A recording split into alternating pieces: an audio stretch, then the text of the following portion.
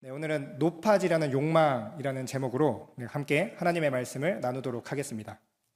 우리가 흔히 다윗 하면 떠오르는 사건 또는 이미지가 보통 긍정적인 면들입니다.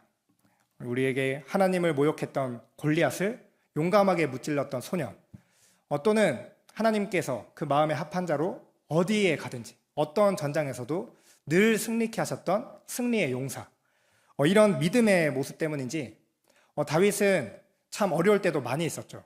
우리 사울에게 10여 년간 쫓기는 도피 생활을 하기도 했고요. 또 그 과정에서 미친 척을 하며 뭔가 수치를 당하기도 하고요. 참 이방 나라에 몸을 맡기기도 하는 등 수없는 환난과 풍파를 겪었습니다. 그럼에도 불구하고 다윗은 단연 이스라엘에서 가장 존경받는 또 인정받는 왕이자 모두의 선망의 대상이라고 말할 수 있을 것 같습니다. 그런데 오늘 다윗이 오늘 본문을 살펴보면요, 이제 노쇠해서 말년에 어떤 결과를 맞이하는지를 우리에게 보여주고 있습니다. 우리 먼저 그 다윗의 삶을 보여주는 1절 말씀을 함께 보실까요? 우리 1절 말씀을 보면 다윗 왕이 나이가 많아 늙으니 이불을 덮어도 따뜻하지 아니한지라. 아멘. 네, 다윗이 나이가 많아 늙어서 이제 이불을 덮어도 몸이 따뜻하지 않았다라고 말씀하고 있습니다. 참 이 세월 앞에는 장사가 없는 법이죠. 오늘 저희 담임 목사님께서도 새벽에 말씀하셨지만 우리가 참 나이를 먹다 보면 저는 아직 이럴 말을 하기는 부끄럽지만 우리 성도님들께서도 아마 작년과 한 해 한 해 다르다라고 많이들 말씀하십니다. 우리가 예전같이 전년과 똑같이 먹고 똑같이 운동을 해도 살은 더 잘 찌고요. 빠지는 건 왜 그렇게 안 빠지는지 모르겠습니다. 그래서 흔히 이걸 무슨 살이라고 하죠? 네, 나이살이라는 표현이 있을 만큼 우리가 참 나이를 먹어가면서 몸이 노쇠하고 또 근력이 약해지고 참 사람이 약해지는 것은 모두가 막을 수 없는, 어쩔 수 없는 부분인 것 같습니다. 그래서 우리가 이렇게 다윗 역시 그 모든 전쟁터에서 승리하는 그런 용사였지만 이제 그 노쇠하여 나이가 연로해져 감에 따라 더 이상 자신의 몸을 돌보지 못하게 되었고요. 또 우리 계속해서 이어지는 내용을 보면 다윗이 이제 정사를 돌보지도 못할 만큼 아주 몸이 허약해졌다라고 말씀하고 있습니다. 그리고 이것은 다윗이 늙어서 온 것이기도 하지만 다윗이 참 10년 동안의 망명 생활을 하고 또 전쟁터를 수없이 누비면서 그 전쟁에서 얻은 여러 후유증, 그 외에 참 많은 인생의 풍파를 견디면서 그 모든 상처들이 쌓인 결과이기도 할 것입니다.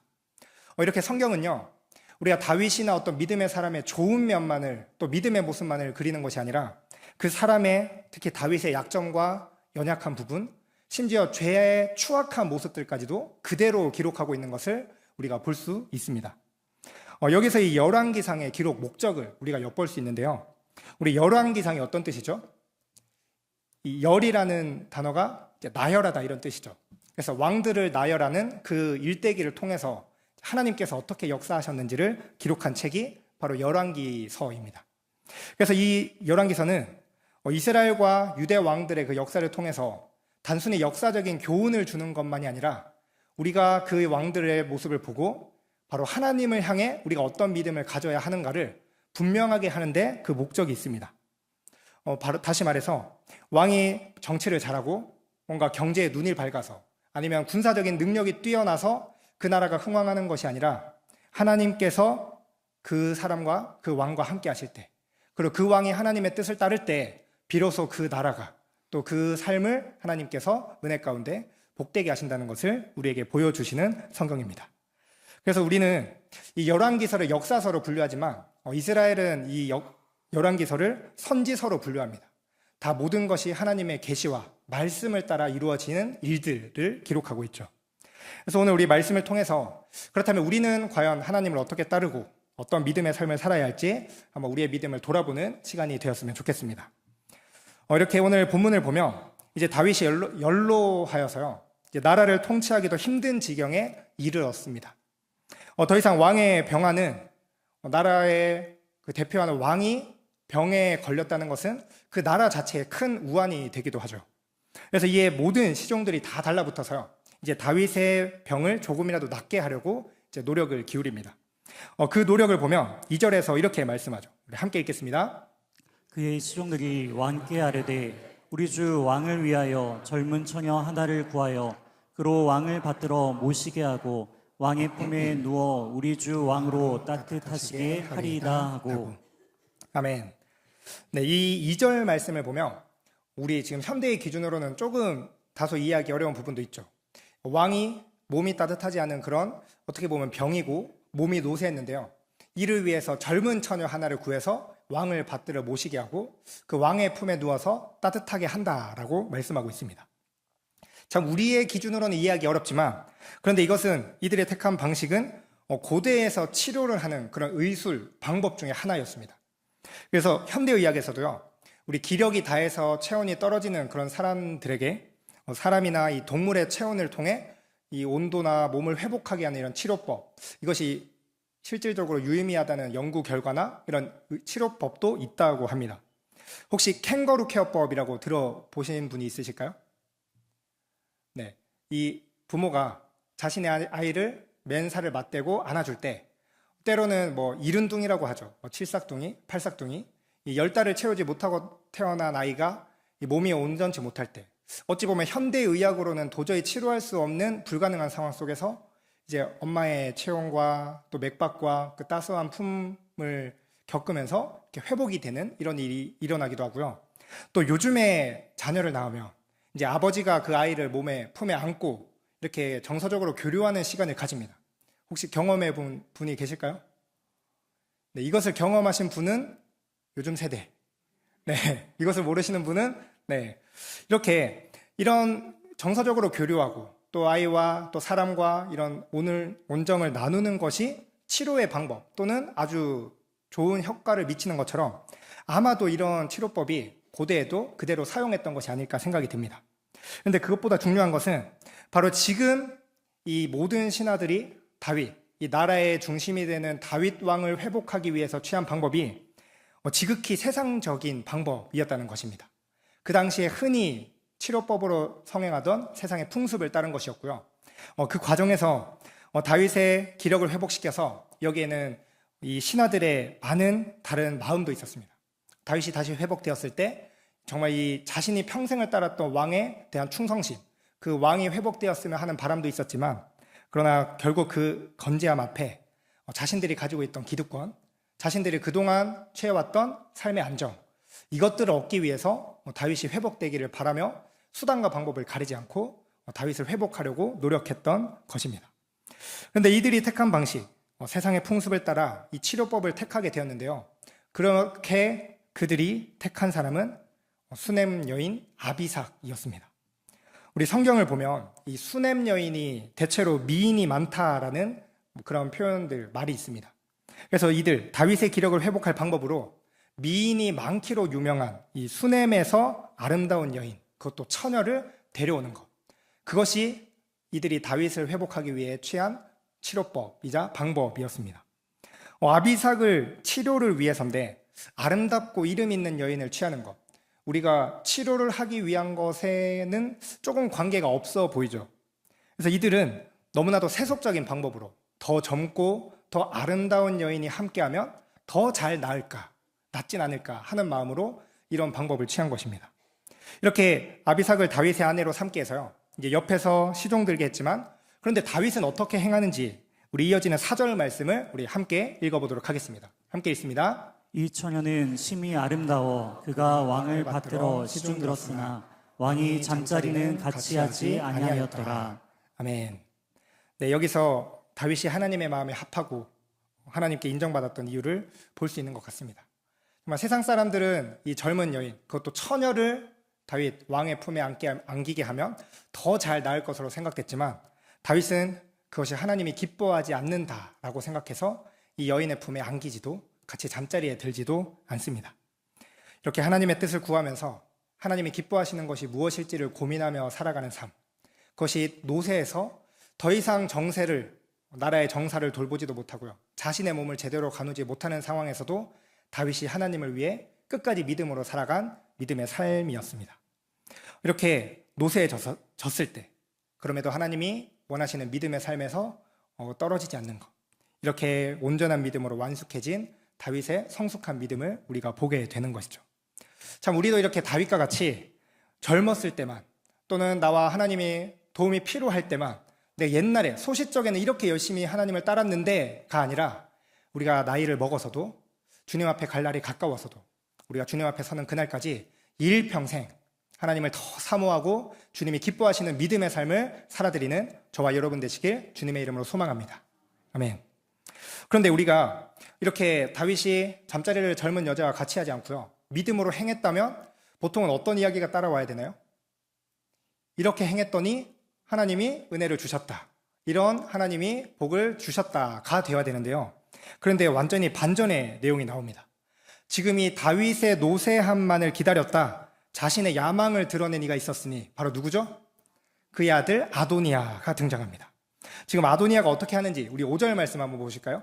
네, 5절 말씀 보시면 그때 학기스의 아들 아도니아가 스스로 높여서 이르기를 내가 왕이 되리라 하고 자기를 위하여 병거와 기병과 호위병 50명을 준비하니. 아멘. 네, 아도니아가 지금 스스로 어떻게 했다고요? 스스로 높여서 자기 스스로 내가 왕이 되겠다라고 공포합니다. 그리고 실제로 자신을 위한 병거와 기병과 호위병을 준비해서 왕이 되리라는 그 목적대로, 계획대로 실행해 나갑니다. 참 다윗은 하나님의 마음에 합한 자로 그 믿음을 인정받은 믿음의 사람이었는데요. 근데 그 아들은 그 밑에서 어떻게 이 아버지를 몰아내서라도 내가 스스로 높아져서 왕이 되려고 하는 페류나 이런 반역자가 나올 수 있었던 걸까요? 이것은 6절에서 그 이유를 좀 찾아볼 수 있습니다. 우리 6절 말씀을 보시면 제가 읽겠습니다. 그는 압살롬 다음에 태어난 자요 용모가 심히 준수한 자라. 그의 아버지가 내가 어찌하여 그리하였느냐고 하는 말로 한 번도 그를 섭섭하게 한 일이 없었더라. 아멘. 네, 지금 성경은 아도니아를 의도적으로 지금 압살롬 다음에 태어난 자다라고 말씀하고 있습니다. 사실 지금 다윗의 아들이라고 하면 장자 암논이 있었죠. 또 둘째 길르앗과 셋째 압살롬이 있었지만 지금 모두 죽음을 당하거나 성경에 기록이 없는 것을 보아 그의 아들들이 없었던 거라고 우리가 생각해 볼 수 있습니다. 그래서 지금 다윗의 뒤를 이어서 왕위에 가장 적합한 사람은 아도니아라고 생각되게끔 하고요. 특히 그 아도니아를 표현하는 것이 용모가 심히 준수한 자다, 그의 외모로 보나 또 왕이 되기에 무언가 적합한 사람인 것처럼 묘사하고 있죠. 그런데 지금 여기에서 중요한 것은 그럼에도 다윗이 이 아도니아에게 있어서 네가 잘못한 것에 대해서도 어찌 그리 하였느냐고 한 번도 섭섭하게 한 일이 없었다라고 말씀하고 있습니다. 자녀의 마음이 상할까 싶어서 잘못한 것이 있어도 너 왜 그렇게 잘못하느냐, 때로는 징계를 하는 것, 훈계를 하지 않는 것, 이것이 결코 하나님이 기뻐하지 않는 바라는 것을 우리에게 보여주고 있는 것이죠. 결국 그렇게 어려서부터 흔히 오냐오냐 키웠을 때 아도니아는 왕의 아들로서 왕자로 남부러울 것 없이 누구 하나 자신의 잘못을 지적하는 사람 없이 자기 자신의 마음대로 하고 싶은 대로 자랐을 때 결국 아버지까지도 몰아내고 그 왕위까지도 차지하려고 하는 이런 잘못된 선택을 하고 말았습니다. 다윗 본인은요, 정말 하나님께 믿음을 인정받은 훌륭한 믿음의 사람이었을지 모르지만 이 자녀 교육에는 실패했던 것입니다. 그리고 이런 일은요, 이번만이 아닙니다. 우리가 앞서 말했던 암논도 이 첫째 아들 암논이 압살롬의 누이였던 다말을 범하는 참 끔찍한 사건을 범했죠. 이 구약에서 배달은 다른 누이를 범하게 되면 어떻게 되죠? 네, 반드시 그 죄값을 치러야 합니다. 우리 이것을 말하는 레위기 20장 17절 말씀 보시면 이렇게 말씀합니다. 함께 읽겠습니다. 누구든지 그의 자매 곧 그의 아버지의 딸이나 그의 어머니의 딸을 데려다가 그 여자의 하체를 보고 여자는 그 남자의 하체를 보면 부끄러운 일이라. 그들의 민족 앞에서 그들이 끊어질지니 그가 자기의 자매의 하체를 범하였은즉 그가 그의 죄를 담당하리라. 아멘. 네, 배다른 누이 또 아버지가 다른 또는 어머니가 다른 형제를 범하게 될 땐 부끄러운 일이고 그 민족 앞에서 끊어질 것이라고 말씀하고 있죠. 그리고 그 죄값을 반드시 그의 죄를 담당해야 한다라고 말하는 것이 율법이고 하나님의 뜻입니다. 그런데 다윗은 어떻게 행했나요? 우리 사무엘하 13장을 보면 다윗은 분명히 심히 노합니다. 21절에서 다윗 왕이 이 모든 일을 듣고 심히 노하니라. 그 암논의 잘못을 보고 심하게 노했는데요. 그 다음 이어지는 것은 우리 22절을 보면 압살롬은 암논이 그의 누이 다말을 욕되게 하였으므로 그를 미워하여 암논에 대하여 잘잘못을 압살롬이 말하지 아니하니라. 네, 암논에 대한 어떤 처사도 하지 않습니다. 다윗이 이 첫째 아들 암논이 대대적으로 율법을 범한 것이었고요. 감히 비록 배는 다르지만 자신의 누이를 범하는 너무나도 끔찍한 죄를 범했지만 다윗이 아무 말을 하지 않았을 때 압살롬도 더 이상 어떤 말도 하지 못하고요. 그저 속으로 자신의 동생을 해한 저 원수 같은 암논의 분노만 삭힐 뿐이었습니다. 참 이 과정에서 결국 다말의 오빠 압살롬이 분을 못 이겨 기회를 엿봤다 이 암논을 살해하게 되는 참 끔찍한 결과를 낳기도 하였죠. 참 이처럼 다윗은 이 자녀의 잘못을 보고도요 크게 훈계하지 않았고 그로 인해 형제가 형제를 죽이게 되는 너무나도 비극적인 결과를 맞이하게 되었습니다. 그런데 이것은 결코 옳지 않음을 성경이 우리에게 말씀합니다. 성경이 우리에게 뭐라고 말하는지 우리 잠언 22장 15절 말씀을 함께 보실까요? 함께 읽겠습니다. 시작. 아이의 마음에는 미련한 것이 얽혔으나 징계하는 채찍이 이를 멀리 쫓아내리라. 아멘. 네, 아이의 마음에는 미련한 것이 얽혀 있다라고 합니다. 우리 어린아이들이 자라서 다 부모님의 바람과 또 사회적으로 그런 올바른 모습으로만 자라나요? 아니죠. 저희 아이도 지금 한참 이제 한 18개월, 19개월을 지났는데요. 말을 하지 못하니까 자기 주장이 생기면서 그렇게 떼를 쓰고 뭐든지 자기 마음대로 하고 자기가 가지려는 것을 뺏거나 잘못됐던 것, 위험한 것을 못하게 하면 그렇게 울고 떼를 쓰고 분을 냅니다. 이런 걸 보면 우리가 그 자녀를 어떻게 해야 돼요? 잘못된 것을 알려주고 징계를 해야 되나요? 아니면 그래 너 하고 싶은 대로 다 해라. 가위든 칼이든 위험한 거야도 네가 갖고 싶으면 괜찮아. 둬야 되나요? 잘못된 것은 분명하게 알려줘야죠. 성경도 징계하는 채찍이 이것을 멀리 쫓아낼 것이라고 말씀합니다. 그 아이가 잘못할 땐 분명하게 징계하고 훈계하고 때로는 채찍, 체벌을 해서라도 잘못된 것을 바르게 알려주고 더 이상 하지 못하게 하는 것. 이것이 그 잘못된 행동으로부터 멀어져서 그 아이를 믿음으로 잘 자라게 하는 방법이라고 말씀합니다. 그런데 우리는 요즘 자녀를 교육하는 방법이 어떤가요? 우리가 요즘 참 TV 교육법을 통해서도 그렇고 요즘 검색할 수 있는 매체, 정보가 너무 많아서요. 아이를 체벌하지 않고 그런 친구 같은 부모로 자라는 법. 이 아이를 잘 자랄 수 있는 여러 방법 중에 요즘은 체벌하지 않는 것이 요즘 세대의 바른 교육법인 것처럼 말합니다. 참 그리고 하다못해 아이를 체벌하면 그 어린아이 어디 때릴 때가 있어가지고 잘못 때리면 혹여나 크게 다치진 않을까, 죽진 않을까 노심초사하는 것이 사실 부모의 마음이죠. 그런데 성경은 또 이거에 대해서 뭐라고 하는지 또 잠언 23장 말씀 우리 13절과 14절을 보시면 이렇게 말씀합니다. 아이를 훈계하지 아니하려고 하지 말라. 채찍으로 그를 때릴지라도 어떻게 된다고요? 그가 죽지 아니하리라. 심지어 채찍으로 때릴지라도 죽지 않는다. 그렇기 때문에 뭐 하라는 거예요? 훈계하라. 채찍과 매로 체벌을 하며 바른 길을 가르치라고 말씀합니다. 그리고 14절 말씀을 보면 내가 그를 채찍으로 때리면 그의 영혼을 수월에서 구원하리라 라고 말씀합니다.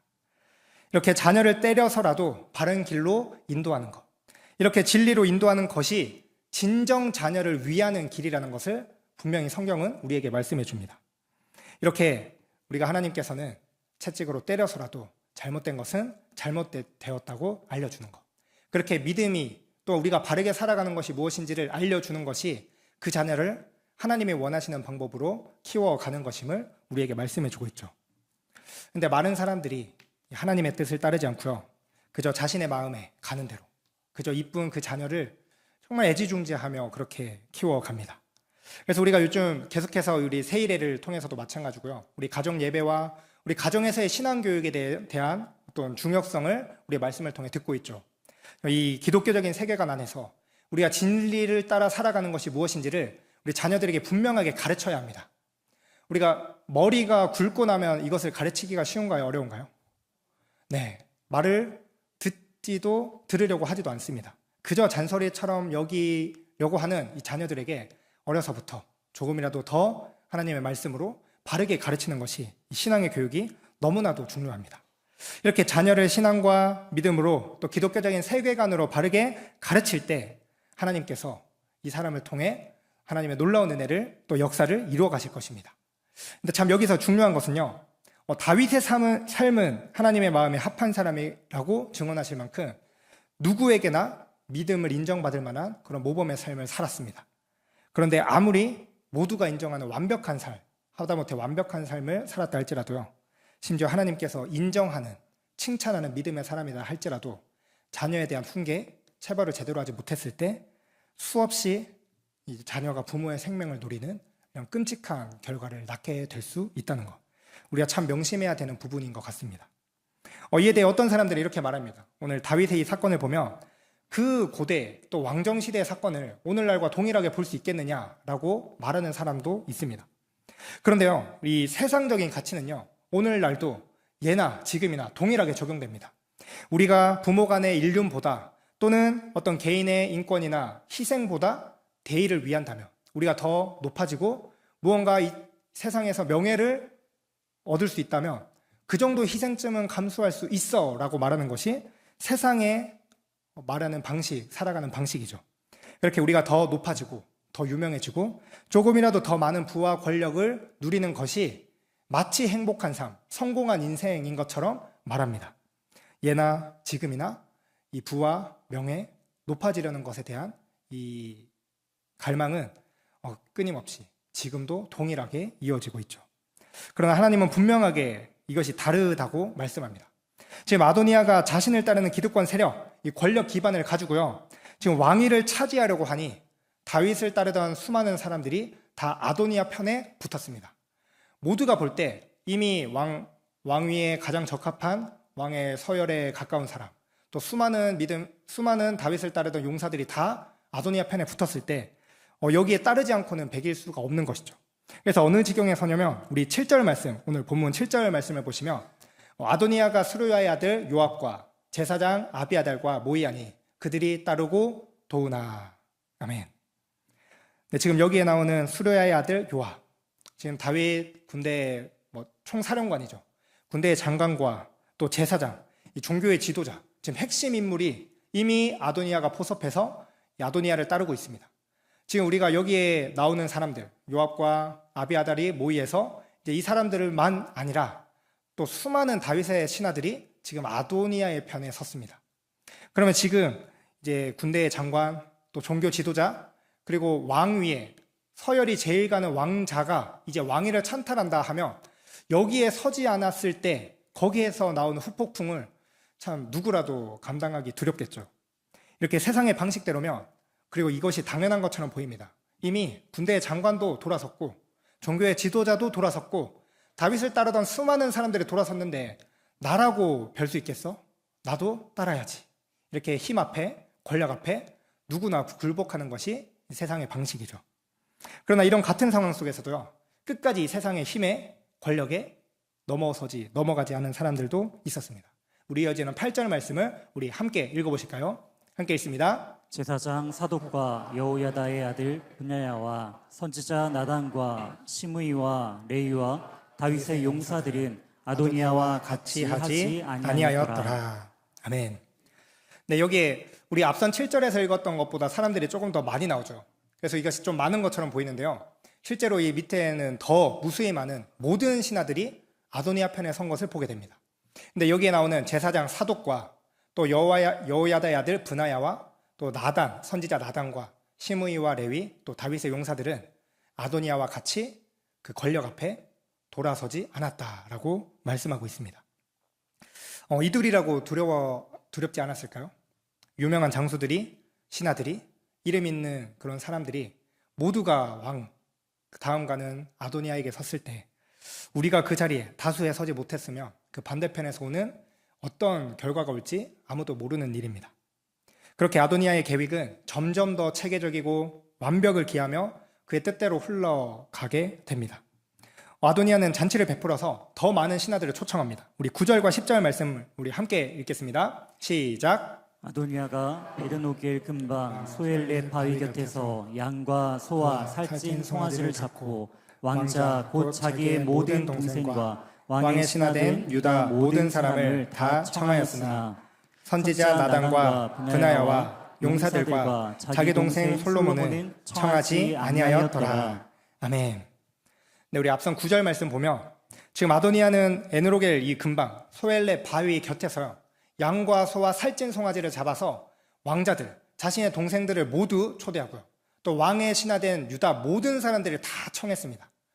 다 청했다라는 것은 지금 이 사람들도 다 아도니아 편에 섰다는 것이죠. 지금 솔로몬을 제외한 모든 왕자들, 아도니아의 모든 동생들이 이미 아도니아의 편에 섰고요, 왕의 신하가 모두가 지금 아도니아의 편에 섰습니다.